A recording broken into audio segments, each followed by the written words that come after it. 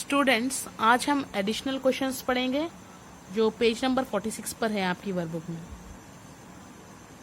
So first question, the basic structural unit of all organism is called.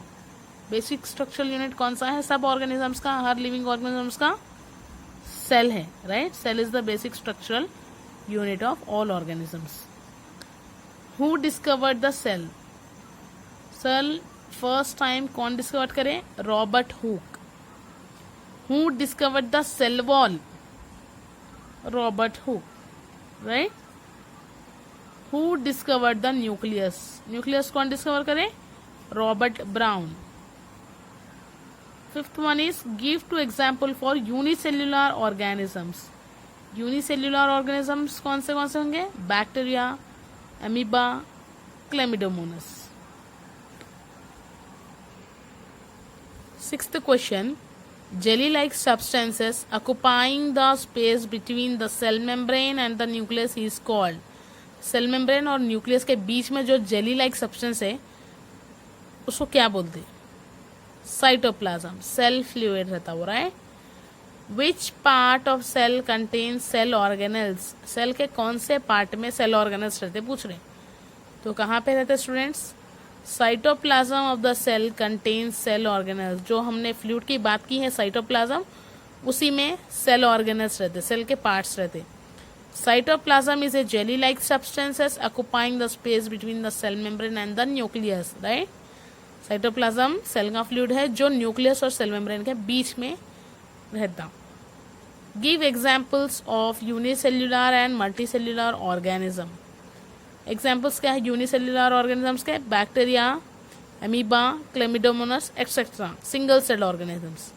Multicellular organism example, most of the plants and animals are multicellular, right? Ninth question is what is one of the important differences between plant cell and animal cell?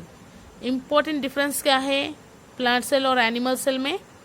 Plant cell differ from those of animal in having an additional layer around the cell membrane termed cell wall.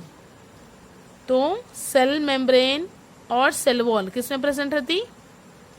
Plants में। whereas in animal cell only cell membrane is present.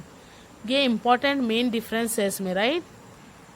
10th question, name the identified part in the cell and mention its function. यहाँ पे आपको एक normal cell का एक model दिए और ये जो आइडेंटिफाइड करो बोल रहे पार्ट क्या है ये? The identified part is nucleus. क्या है ये? न्यूक्लियस है, राइट? फंक्शन क्या है न्यूक्लियस का? Nucleus control the function of all cell organelles. पूरे सेल ऑर्गेनल्स के फंक्शंस को कंट्रोल कौन करता? न्यूक्लियस। सेल ऑर्गेनल्स कहाँ पे रहते हैं? साइटोप्लाज्म में। Nucleus has genetic material that gives characters of organism. Organisms के कैरेक्टर्स को बताने वाला जेनेटिक मटेरियल भी न्यूक्लियस के पास ही रहता, राइट? अभी यहाँ पर आपको 11th क्वेश्चन में प्रोसीजर लिखना है to observe the following cell in your laboratory. तो ये कौन सा स्ट्रक्चर है जरा बोलिए? ये प्लांट सेल है, राइट? Plant cell. क्यों बोल रहे हैं हम इसको प्लांट सेल? हमने लेसन में पढ़ा है कि प्लांट सेल ऑर्डरली अरेंज्ड रहते, right? Rectangular in shape, similar two rectangular. तो यहाँ पे आंसर में आपको उसका प्रोसीजर लिखना है। Peel an onion and cut out a small fleshy portion from the bulb.